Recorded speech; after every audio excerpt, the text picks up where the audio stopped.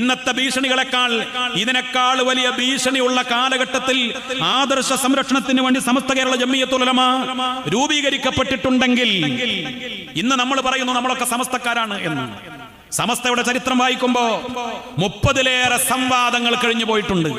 പാങ്ങിൽ അഹമ്മദ് കുട്ടി മുസ്ലിയാർ, പ്രഗത്ഭരായ മഹാന്മാർ, വാളക്കുളം അബ്ദുൽ ബാരി മുസ്ലിയാർ, ബഹുമാനപ്പെട്ട ആ കാലഘട്ടത്തിലെ റഷീദുദ്ദീൻ മൂസ മുസ്ലിയാർ, ഒരുപാട് പ്രഗത്ഭരായ നേതാക്കൾ ഒരു ഭാഗത്ത്, വഹാബി നേതാക്കൾ മറുഭാഗത്ത്. ചില സംവാദങ്ങളിൽ KM സീദി സാഹിബിനെ വരെ നേരിടേണ്ടി വന്നിട്ടുണ്ട്. ആർജവത്തോടുകൂടെ സംവാദം നടത്തിയിട്ടുണ്ട്. 30-ലേറെ സംവാദങ്ങൾ, അറിയപ്പെട്ട സംവാദങ്ങൾ, കോഴിക്കോട് സംവാദം, നാദാപുരം സംവാദം, കുറ്റ്യാടി സംവാദം, അങ്ങനെ ഉള്ള അറിയപ്പെട്ട സംവാദങ്ങൾ നമ്മുടെ ചരിത്ര രേഖകളിൽ ആ സംവാദങ്ങളും അതിന്റെ കൃത്യമായ അതിന്റെ വ്യവസ്ഥകളും ആ സംവാദത്തിൽ നടന്നതും അത് കലാശിച്ചതും ഒക്കെ കാണാം. മഹാന്മാരായ ഔലിയാക്കളുടെ കറാമത്ത് മരണത്തോടുകൂടെ മുറിഞ്ഞു പോകും എന്ന ചർച്ചയുമായി ബന്ധപ്പെട്ട് റംലി ഇമാമിന്റെ ഒരു ഇബാറത്ത് വഹാബി മൗലവിമാര് ലാ തൻഖതിഉ എന്നതിലെ ലാ കട്ടു. ഇന്നത്തെ പോലെ വാട്സപ്പും ഫേസ്ബുക്കും പെട്ടെന്ന് സെർച്ച് ചെയ്യാൻ മൊബൈലൊന്നുമില്ല, കാര്യമായ കിതാബിന്റെ ശേഖരങ്ങളുമില്ല. വഹാബികൾ തട്ടിപ്പ് നടത്തിയതാണ്. പക്ഷേ ഇൽമിന്റെ ബഹറായിരുന്ന ശൈഖുന കണ്ണിയത്ത് ഉസ്താദിന് ഇബാറത്തൊക്കെ മനപ്പാടമാണ്. കേട്ടപ്പോഴേക്ക് കണ്ണിയത്ത് ഉസ്താദ് സ്റ്റേജിൽ നിന്ന് വിളിച്ചു പറഞ്ഞു ലാ കട്ടു എന്ന്. അതോടുകൂടെ ആ ഒറ്റ ലാ കട്ടു എന്നത് സമസ്തയുടെ സംവാദ ചരിത്രങ്ങളിലെ അതൊരു മുദ്രാവാക്യം പോലെ ഇപ്പോഴും അത് മുഴങ്ങുകയാണ്. കണ്ണിയത്ത് ഉസ്താദിന്റെ ലാ കട്ടു എന്ന ആ അമരധ്വനി, അതായിരുന്നു സമസ്തയുടെ ചരിത്രം. എന്തിനാണ് വഹാബികളുമായി സംവാദങ്ങൾ നടത്തിയത്? എന്തിനാണ് മൗദൂദികളുമായി സംവാദങ്ങൾ നടത്തിയത്? സമസ്തയുടെ 1-ാം വാർഷികം മുതൽ അറിയപ്പെട്ട ഒരുപാട് വാർഷികങ്ങൾ നമ്മുടെ ചരിത്രത്തിൽ രേഖപ്പെട്ട് കിടക്കുന്നു. എന്തായിരുന്നു ഓരോ വാർഷിക സമ്മേളനത്തിലെയും പ്രമേയങ്ങൾ? വാർഷിക സമ്മേളനങ്ങളിൽ ഉദ്ഘാടന പ്രസംഗത്തിന് പോലും വിഷയം കൊടുത്തിരുന്നു. എന്താ വിഷയം? ഒരാൾ പറയേണ്ടത് തൗഹീദ്, മറ്റൊരാൾ പറയേണ്ടത് ശിർക്ക്, മറ്റൊരാൾ പറയുന്നത് ഇസ്തിഗാസ, മറ്റൊരാൾ പറയുന്നത് സ്ത്രീജുമോ ജമാഅത്ത്, ഒരാൾ തവസ്സുല്, ഒരാൾ ഖുത്ബ. ഇതായിരുന്നു സമസ്തയുടെ മഹാസമ്മേളനങ്ങൾ പോലും.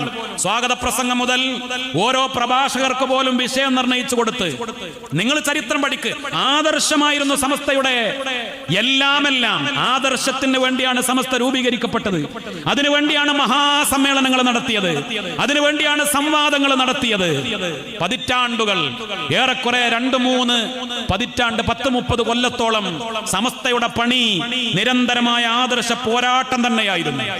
ഈ പോരാട്ടത്തിൽ ബഹുമാനപ്പെട്ട സമസ്തയുടെ ഉലമാക്കൾ വിജയിച്ചു. കേരളത്തിലെ മുസ്ലിം ഉമ്മത്ത് മഹാഭൂരിപക്ഷം വരുന്നവർ സമസ്തയുടെ കൂടെ നിന്നു, മഹല്ലുകൾ കൂടെ നിന്നു, സമസ്തയെ അംഗീകരിക്കുന്നവരെ ഖാദിമാരാക്കി. അങ്ങനെയാണ് പിന്നീടാണ് നിർമ്മാണ പ്രവർത്തനങ്ങൾ തുടങ്ങുന്നത്, പിന്നീടാണ് മദ്രസ പ്രസ്ഥാനം വരുന്നത്, പിന്നീടാണ് ജാമിയ ഉണ്ടാകുന്നത്, പിന്നീടാണ് അറബി കോളേജുകൾ വരുന്നത്, പിന്നീടാണ് സ്ഥാപനങ്ങൾ ഉണ്ടാകുന്നത്, നിർമ്മാണാത്മകമായ പ്രവർത്തനങ്ങളിലേക്ക് പിന്നീട് കടന്നു വരുന്നത്. അവിടെയും ബഹുമാനപ്പെട്ട സമസ്ത കേരള ജംഇയ്യത്തുൽ ഉലമയുടെ ലക്ഷ്യം എന്താണ്? എന്തിനാണ് മദ്രസകൾ? ആദർശത്തിൽ അധിഷ്ഠിതമായ ഉമ്മത്തോടെ നിലനിൽക്കാൻ. എന്തിനാണ് അറബി കോളേജുകൾ? സുന്നത്തെ ജമാഅത്തിന്റെ ആദർശം നിലനിർത്താൻ. എന്തിനാണ് വിദ്യാഭ്യാസ സ്ഥാപനങ്ങൾ? ആദർശത്തിൽ അധിഷ്ഠിതമായ ഒരു തലമുറ ഇവിടെ നിലനിന്ന് അടുത്ത തലമുറയിലേക്ക് സിറാത്തുൽ മുസ്തഖീമിന്റെ സുന്നത്തെ ജമാഅത്തിന്റെ ആദർശം പകർന്നു കൊടുക്കാൻ ബഹുമാനപ്പെട്ട സമസ്തയെ സംബന്ധിച്ചിടത്തോളം അതുകൊണ്ട് തന്നെ ഒരു വിട്ടുവീഴ്ചക്ക് ഒരിക്കലും നമുക്ക് കഴിയില്ല, സാധ്യമല്ല. ഞാൻ കൂടുതൽ നീട്ടിക്കൊണ്ടുപോകുന്നതിൽ അവസാനിപ്പിക്കുകയാണ്. നമുക്ക് ഒരിക്കലും ആദർശത്തിന്റെ കാര്യത്തിൽ ഒരു വിട്ടുവീഴ്ചക്ക് നമുക്ക് സാധ്യമല്ല. സമസ്തയുടെ ഭരണഘടനയിലും അങ്ങനെ തന്നെയാണ്. 1-ാമത്തെയും 2-ാമത്തെയും സമസ്തയുടെ ലക്ഷ്യങ്ങൾ പറയുന്നത് ആദർശ സംരക്ഷണമാണ്, സുന്നത്തെ ജമാഅത്തിന് വേണ്ടിയുള്ള പോരാട്ടമാണ്, വിദേഹത്തിനെ പ്രതിരോധിക്കേണ്ട അതിനെക്കുറിച്ചുള്ള പ്രാധാന്യമാണ്. അത് കഴിഞ്ഞിട്ടേ പിന്നെ വിദ്യാഭ്യാസ പ്രവർത്തനം മറ്റൊക്കെ പറയുന്നുള്ളൂ. വിദ്യാഭ്യാസ പ്രവർത്തനം പോലും അതും സുന്നത്ത് ജമാഅത്തോടെ നിലനിർത്തുന്നതിന് വേണ്ടിയാണ്. മറ്റുള്ള കാര്യങ്ങൾക്കൊക്കെ ഇവിടെ വേറെയും ഒരുപാട് സംഘടനകൾ ഉണ്ടല്ലോ. നമ്മുടെ പരമപ്രധാനമായ ലക്ഷ്യം ഈ മഹാന്മാർ കാണിച്ചു തന്ന അഹ്ലുസുന്നത്ത് വൽ ജമാഅ ഇവിടെ നിലനിർത്തലാണ്, സംരക്ഷിക്കലാണ്. അത് നിലനിർത്താൻ വേണ്ടി ബഹുമാനപ്പെട്ട സമസ്ത കേരള ജംഇയ്യത്തുൽ ഉലമയുടെ ചൂരും മണവും ആവാഹിച്ചെടുത്ത, സമസ്ത കേരള ജംഇയ്യത്തുൽ ഉലമയുടെ ആദർശം നെഞ്ചേറ്റിയ സമസ്തയുടെ പ്രവർത്തകർ, സമസ്തയുടെ ചുണക്കുട്ടികൾ, സമസ്ത കേരള ജംഇയ്യത്തുൽ ഉലമയുടെ യുവാക്കളും ബഹുജനങ്ങളും സമസ്ത എന്ന് പറയുന്ന മഹത്തായ പണ്ഡിത പ്രസ്ഥാനത്തിന്റെ ആദർശം സംരക്ഷിക്കുന്നതിന് വേണ്ടി അവരുടെ ഹയാത്തുള്ള കാലത്തോളം ആരുടെ മുന്നിലും ഒരു ഭീഷണിയുടെ മുന്നിലും ഒരു വിട്ടുവീഴ്ചയും ചെയ്യാതെ ഈ ആദർശം സംരക്ഷിക്കുക തന്നെ ചെയ്യും. നമ്മുടെ ആദർശം, പാണക്കാട്ട് സാദാത്തുക്കളുടെ ആദർശം എന്താണ്? പാണക്കാട്ട് സാദാത്തുക്കളുടെ പൂർവ്വപിതാവ് അന്ത്യവിശ്രമം കൊള്ളുന്നുണ്ട് വെല്ലൂര്. സയ്യിദ് ഹുസൈൻ ആറ്റക്കോയ തങ്ങൾ, പാണക്കാട്ട് സയ്യിദ് ഹുസൈൻ ആറ്റക്കോയ തങ്ങളെ വെല്ലൂരിലേക്ക് ബ്രിട്ടീഷുകാരൻ നാട് കടത്തിയത് എന്തിന്റെ പേരിലായിരുന്നു? ഒരു ഉറുക്ക് കൊടുത്തു, അല്ലെങ്കിൽ മലബാർ വിപ്ലവത്തിന് നേതൃത്വം നൽകിയ മാപ്പിള ചെറുപ്പക്കാർക്ക് ഉറുക്കുകൾ നൽകി, അവർക്ക് ദുആ ചെയ്തു, അവരെ മന്ത്രിച്ചു കൊടുത്തു, ഏലസും ഉറുക്കും ഉണ്ടാക്കി കൊടുത്ത് അത് അരയിൽ കെട്ടി കഴുത്തിൽ കെട്ടി ബ്രിട്ടീഷുകാർക്കെതിരെ പടപൊരുതാൻ ഒരുങ്ങി പുറപ്പെട്ട മാപ്പിള യുവാക്കൾ പീരങ്കികൾക്ക് മുന്നിൽ, പടത്തോക്കുകൾക്ക് മുന്നിൽ കല്ലും മടക്കനത്തണ്ടും അതേപോലെ മരക്കഷ്ണവും ഇതൊക്കെയാണ് ആയുധങ്ങളായിട്ടുണ്ടായിരുന്നത്. പക്ഷെ ആ ചെറുപ്പക്കാരെ പിടികൂടാനും വകവരുത്താനും സാധിക്കുന്നില്ല. പിടികൂടിയവരെ ചോദ്യം ചെയ്തപ്പോ അവരുടെ ധൈര്യവും അവരുടെ ഉരുക്കുമുഷ്ടിയും അവരുടെ മനക്കരുത്തും അതിന്റെ രഹസ്യം അവർ പറഞ്ഞു. ഞങ്ങളുടെ നേതാവ് ഞങ്ങൾക്ക് ഏലസ് തന്നിട്ടുണ്ട്, ഉറുക്ക് തന്നിട്ടുണ്ട്. അതിന്റെ പേരിലാണ് സത്യത്തിൽ ഹുസൈൻ ആറ്റക്കോയ തങ്ങളെ പിടികൂടുന്നത്. ബഹുമാനപ്പെട്ട സയ്യിദ് ഹുസൈൻ ആറ്റക്കോയ തങ്ങൾ ആ ആദർശത്തിൽ നിന്ന് മന്ത്രിക്കലും ഹദ്ദാദ് ചൊല്ലലും മൗലിദോദലും മാലപാടലും ഖുതുബിയത്ത് നടത്തലും റാത്തീബ് നടത്തലും ഉറുക്കുണ്ടാക്കി കൊടുക്കലും പിഞ്ഞാണമെഴുത്തും മന്ത്രിച്ചൂത്തും ഈ പാരമ്പര്യത്തിൽ അടിയുറച്ചു നിന്ന് ഈ ഉമ്മത്തിന് മലബാറിലെ മുസ്ലിം സമുദായത്തിന് നേതൃത്വം നൽകി അതിൽ നിന്ന് പിന്തിരിയാത്തതിന്റെ പേരിലാണ് ബഹുമാനപ്പെട്ടവരെ നാട് കടത്തുന്നത്. ഈ ആത്മീയതയാണ് അഹ്ലുസുന്നത്ത് വൽ ജമാഅത്തിന്റെ ഈ ആശയങ്ങളും ആദർശങ്ങളും ഈ വിശുദ്ധിയുമാണ് നമ്മുടെ പാരമ്പര്യം. അത് സംരക്ഷിക്കാനാണ് ബഹുമാനപ്പെട്ട സമസ്ത കേരള ജംഇയ്യത്തുൽ ഉലമ രൂപീകരിക്കപ്പെട്ടത്. നമ്മളൊക്കെ പലപ്പോഴും പറയാറുണ്ട്, അല്ലെങ്കിൽ ഈ കാലം ഒരു ഭാഗത്ത് ഏക സിവിൽ കോഡ്, മറ്റൊരു ഭാഗത്ത് പൗരത്വ ബില്ല്, വർഗീയതയുടെ കേന്ദ്ര ഗവൺമെന്റിന്റെ ഭയപ്പെടുത്തലുകൾ. ഈ പുതിയ കാലഘട്ടത്തിൽ എന്ത് ആദർശം പറയണം, എന്തിനാദർശം പറയണം? ഇന്ന് ഉമ്മത്തീയത്തിന്റെ ചില വർത്തമാനങ്ങൾ പറഞ്ഞ് നമ്മൾ അങ്ങനെ നിൽക്കേണ്ടവരാണ്, ഈ ശാഖാപരമായ കാര്യങ്ങൾ പറഞ്ഞ് തർക്കിക്കേണ്ടവരല്ല എന്ന് സാരോപദേശവുമായി കടന്നു വരുന്നവർ ഒരു കാര്യം ചിന്തിക്കണം. എന്നാണ് സമസ്ത ഉണ്ടായത്? 1925 26 ഔദ്യോഗിക രൂപമുണ്ടായി. 21 കാലഘട്ടത്തിന് ശേഷം മലബാർ തകർന്നു കിടക്കുന്ന കാലം. ആയിരക്കണക്കിന് കുട്ടികൾ യത്തീമുകളായി, ആയിരക്കണക്കിന് സ്ത്രീകൾ വിധവകളായി, സാമ്പത്തികമായി തകർന്ന്, വിദ്യാഭ്യാസപരമായി തകർന്ന്, എല്ലാ നിലയിലും തകർന്ന് തരിപ്പണമായ ഒരു കാലഘട്ടം. അപ്പോഴും ഇവിടെ ഭരണം നടത്തുന്നത് ബ്രിട്ടീഷുകാരാണ്. ബ്രിട്ടീഷുകാരുടെ ഭരണത്തിന്റെ കീഴിൽ മലബാറിലെ മുസ്ലിം സമുദായം എല്ലാം തകർന്ന് സ്വത്വബോധം, ആ ജീവന് പോലും ഭീഷണിയായി എങ്ങനെ മുന്നോട്ട് പോകണമെന്ന് വറങ്ങലിച്ചു നിൽക്കുന്ന ഒരു ഘട്ടത്തിൽ ആ സമസ്ത ഉണ്ടാകുന്നത്. ഇന്ത്യയുടെ സ്വാതന്ത്ര്യത്തിന് വേണ്ടിയല്ല സമസ്ത രൂപീകരിച്ചത്.